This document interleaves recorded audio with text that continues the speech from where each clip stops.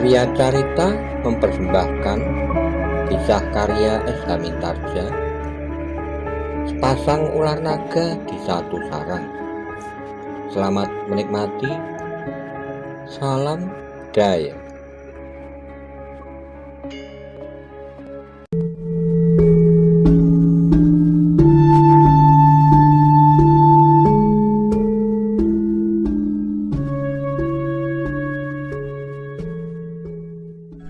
Monggo kula aturi subscribe, like, komen, saha share matur.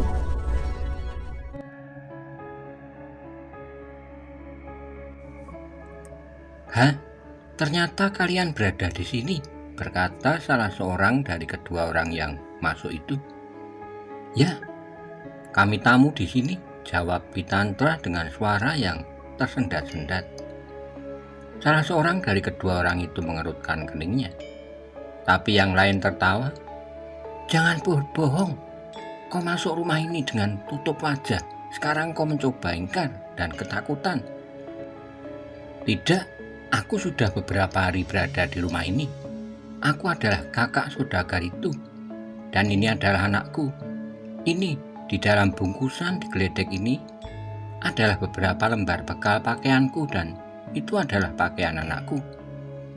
Aku tidak baru saja masuk ke dalam rumah ini."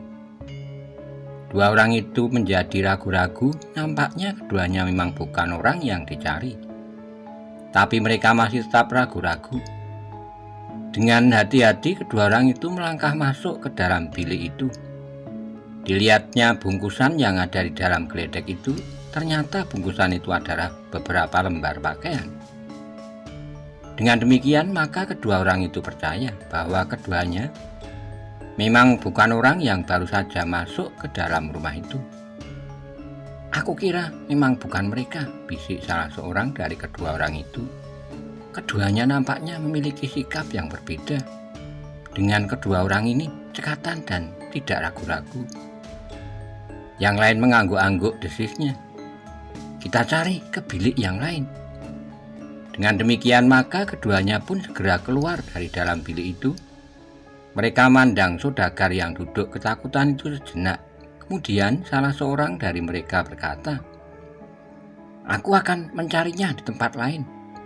Tapi kali ini aku tidak dapat berbuat lebih baik dari kedua orang yang telah mendahului aku. Jika ternyata aku menemukan kedua orang itu, maka aku akan membunuh mereka dan sekaligus memberimu peringatan karena kau tidak membantu aku sama sekali. Peringatan yang barangkali sepadan dengan kedunguanmu sekarang ini." Tetapi saudagar itu tergagap. "Agaknya kau lebih takut kepada kedua orang itu daripada kepada kami." Yang lain menghampiri, kehilangan kesabarannya. "Jangan kau sangka bahwa aku tidak dapat membunuhmu dengan cara yang lebih baik dari cara yang dapat diambil oleh kedua orang itu. Atau barangkali ada anggota keluargamu yang diancam sebagai taruhan. Jika kau membuka mulutmu, orang itu akan dibunuh." Saudagar itu tidak menjawab. "Jika demikian, maka aku pun akan mengancam. Jika aku tidak menemukan orang itu, maka kedua orang di dalam bilik itu pun akan aku bunuh. Kemudian kau sendiri akan aku ikat di belakang kuda. Kau tentu mempunyai 1 atau 2 ekor kuda, bahkan mungkin lebih.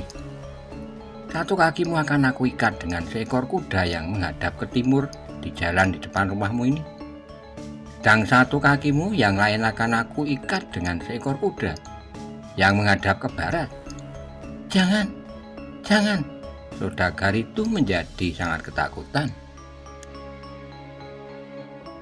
"Dan kau akan dapat membayangkan akibatnya jika kedua ekor kuda itu kami kejutkan dan meloncat berlari ke arah yang berlawanan. Jangan. Jika kau tidak mau katakan di manakah kedua orang itu." Saudagar itu benar-benar menjadi bingung. Jika ia menunjukkan, maka kemungkinan yang paling pahit adalah istrinya akan menjadi korban. Tapi jika tidak, ancaman itu benar-benar sangat mengerikan.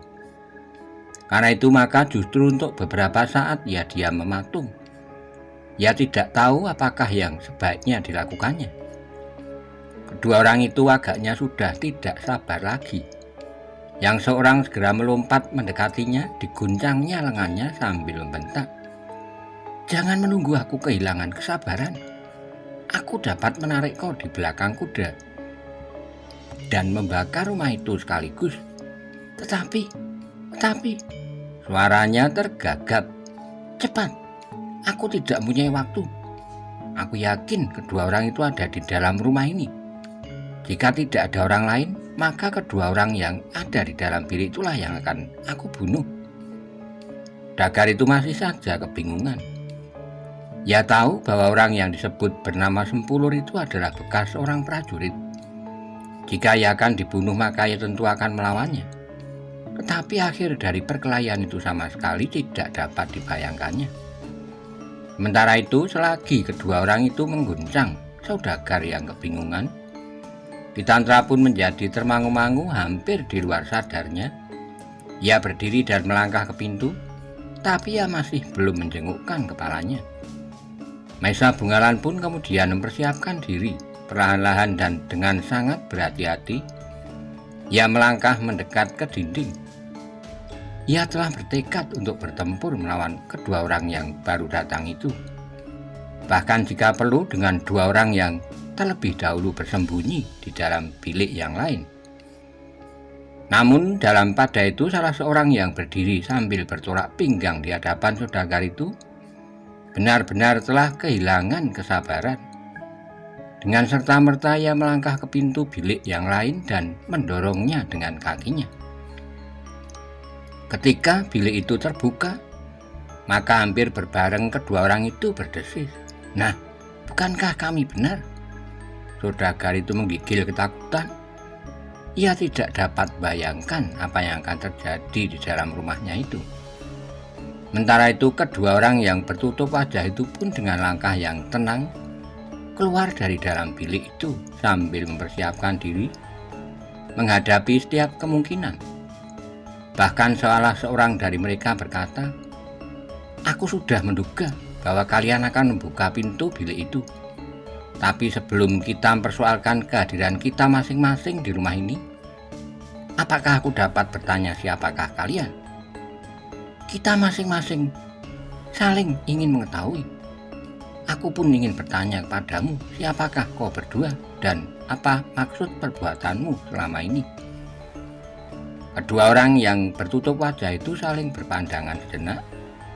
Namun salah seorang dari mereka pun bertanya, "Apakah kau petugas atau prajurit Singosari?" Dua orang yang datang kemudian itu termenung sejenak. Salah seorang daripadanya pun kemudian berkata, "Sudahlah, berkatalah berterus terang. Kau telah melakukan perampokan beberapa kali di daerah Singosari ini. Karena itu kalian harus ditangkap dan dibunuh." "Sekali lagi aku bertanya," desis salah seorang dari kedua orang yang bertutup wajah itu, "benarkah kalian petugas sandi?" "Sama sekali tidak, tapi aku tidak senang melihat kerusuhan yang terjadi di daerah Singosari. Dengan demikian maka kalian seolah-olah telah membangunkan harimau yang sedang tidur. Aku tidak mengerti maksudmu.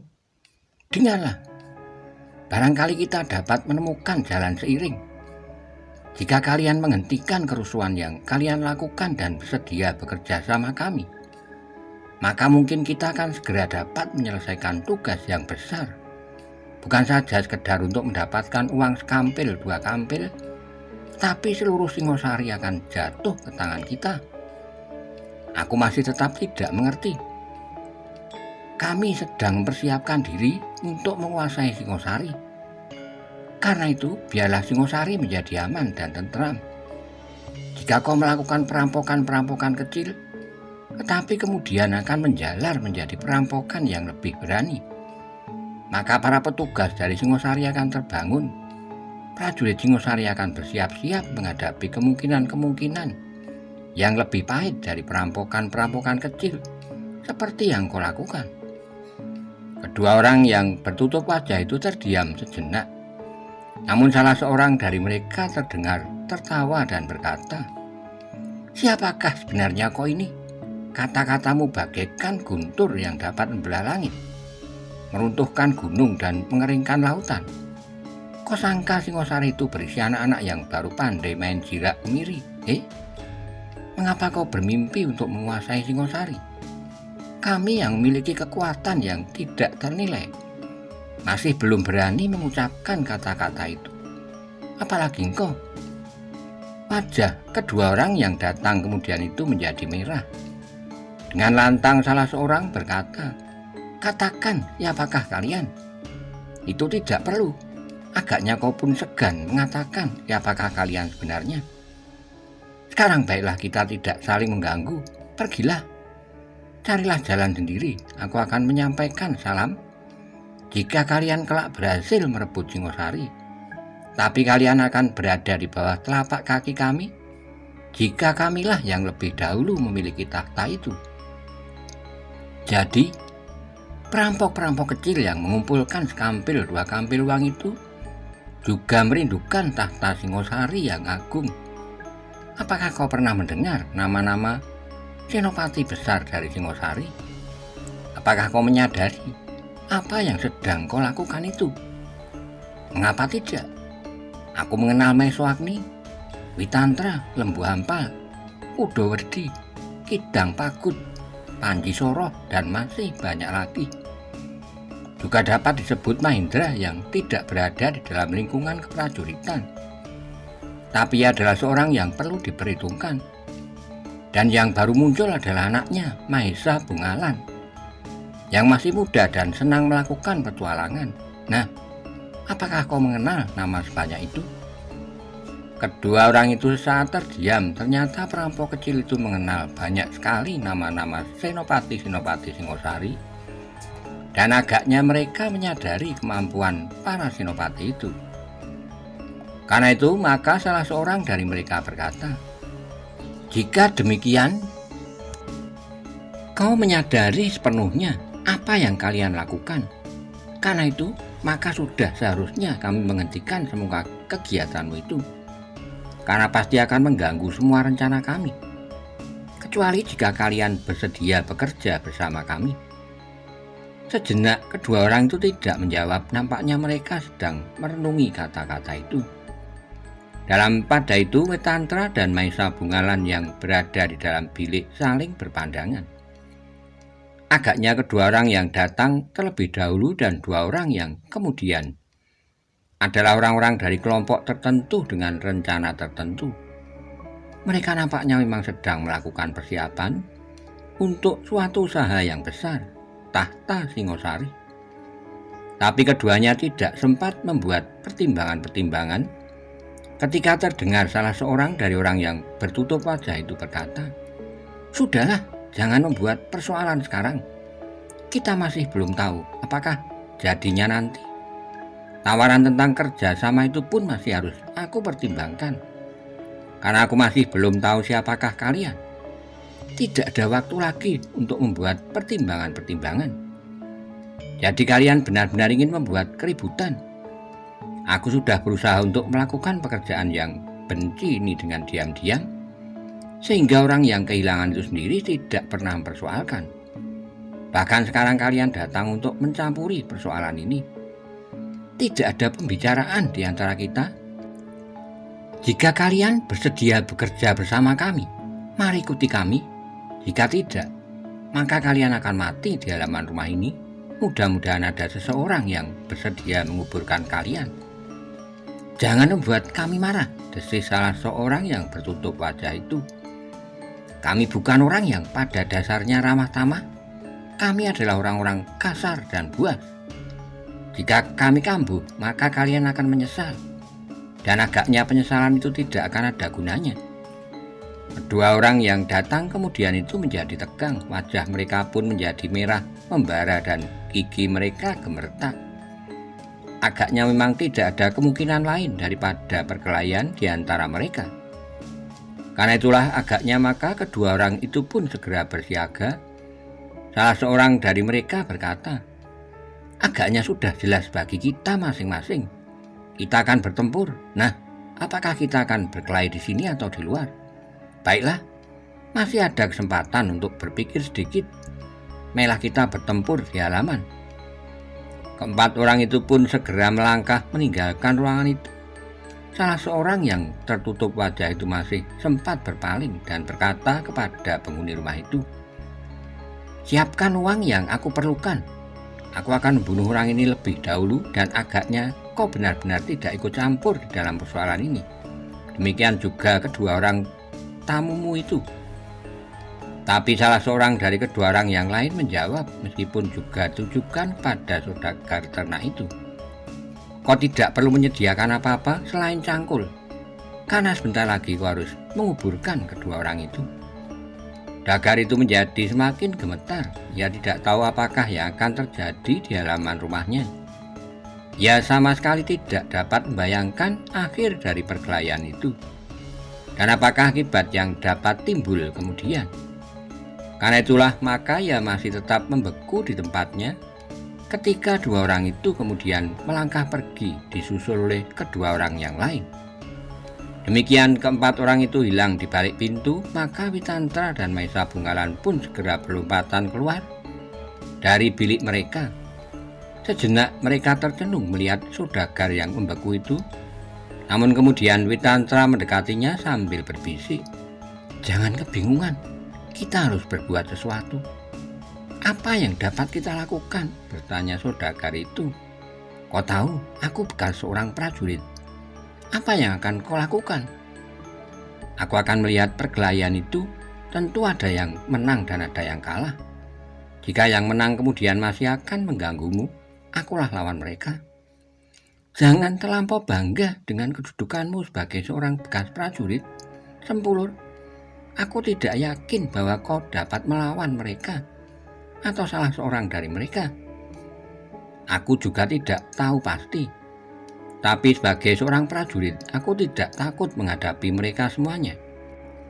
Dan agaknya kemenakan tuanku Maeswagni yang dititipkan kepadamu itu pun bukan seorang anak muda penakut. Apakah yang akan dilakukan? Ia akan bertempur bersamaku." "Oh, itu tidak mungkin. Ia dititipkan kepadaku. Jika terjadi sesuatu atasnya, maka akulah yang akan menanggung akibatnya. Tapi itu adalah kehendaknya sendiri. Aku tidak menyetujuinya." "Baiklah, tetapi kami tidak akan duduk membeku seperti itu. Kami akan melihat apa yang terjadi. Kita tidak dapat berbuat apa-apa. Ya, tapi sekedar melihat tentu tidak banyak kesulitan. Aku adalah seorang bekas prajurit." Witantra tidak menunggu jawaban saudagar itu. Ia pun kemudian bersama Maesa Bungalan pergi meninggalkan ruangan itu dan langsung ke pendopo. Sejenak mereka tertegun. Mereka melihat di halaman keempat orang itu sudah siap untuk bertempur. Masing-masing menghadapi seorang lawan. "Perkelahian yang seru," desis Maesa Bungalan. "Ya," sahut Witantra, "kita akan melihat siapakah mereka sebenarnya." Sejenak kemudian mereka berempat yang berada di halaman itu pun sudah mulai melibatkan diri dalam perkelahian. Semakin lama semakin seru, masing-masing telah menyerang dan menghindar. Bahkan sekali-kali telah terjadi benturan. Namun pada itu Witantra dan Maesa Bungalan segera mengetahui bahwa yang terjadi itulah baru gerak-gerak penjajakan. Agaknya masing-masing masih ragu-ragu karena mereka satu dengan yang lain sama sekali belum mendapat gambaran tentang kekuatan dan kemampuannya. "Kita akan menjadi penonton," berkata Witantra. "Hanya sebagai penonton sampai akhir pertunjukan?" bertanya Maesa Bungalan. "Setelah kita melihat perkembangan keadaan, mungkin kita memang harus bersikap lain, tetapi untuk sementara kita tidak berbuat apa-apa." Maesa Bungalan menarik napas dalam-dalam. Memang menarik sekali untuk menyaksikan perkelahian yang semakin lama memang menjadi semakin seru. Agaknya masing-masing tidak lagi sedang menjajaki kekuatan lawan, tapi mereka sudah benar-benar berkelahi untuk menguasai lawan. Dengan demikian maka perkelahian pun semakin lama benar-benar menjadi semakin sengit. Benturan-benturan yang kuat telah berulang terjadi. Semakin lama semakin kuat, namun kadang-kadang masing-masing juga menunjukkan kecepatan mereka menghindar. hingga serangan-serangan yang dahsyat sama sekali tidak menyentuh lawannya. Dalam pada itu, setiap orang di dalam arena perkelahian itu agaknya masih berusaha menyelubungi diri masing-masing. Yang nampak adalah tata gerak perkelahian yang paling sederhana, meskipun dilambari oleh kekuatan yang semakin besar. Namun, ternyata bahwa benturan-benturan yang nampaknya agak kasar dan bodoh itu telah menunjukkan betapa masing-masing memiliki kekuatan yang mengagumkan. Witantra dan Maesa Bungalan pun kemudian turun dari pendopo dan bergeser menepi. Mereka berada di bawah batang perdu yang rimbun, sehingga seakan-akan mereka tenggelam sama sekali di dalam kegelapan. Tapi ternyata mereka yang sedang berkelahi itu sempat melihat mereka berdua. Salah seorang yang bertutup wajah itu pun berkata, "Hei, Kisanak, mengapa kau turun ke halaman? Masuklah dan bersembunyi sajalah di dalam bilikmu. Jika aku berhasil membunuh kedua orang ini, kau akan selamat. Jika kau berada di tempat ini, mungkin kau akan mengalami sesuatu." Lawannya tiba-tiba pula menyaut sambil berkelahi, "Kalian memang harus menyiapkan 2 buah lubang kubur. Kalian tidak perlu mikirkan apakah kedua mayat itu perlu disempurnakan dengan api pembakaran." Yang terdengar kemudian adalah gemertak gigi mereka berempat segera mengerahkan kemampuan masing-masing. Setelah ternyata kekuatan masing-masing tidak segera mampu mengatasi lawan,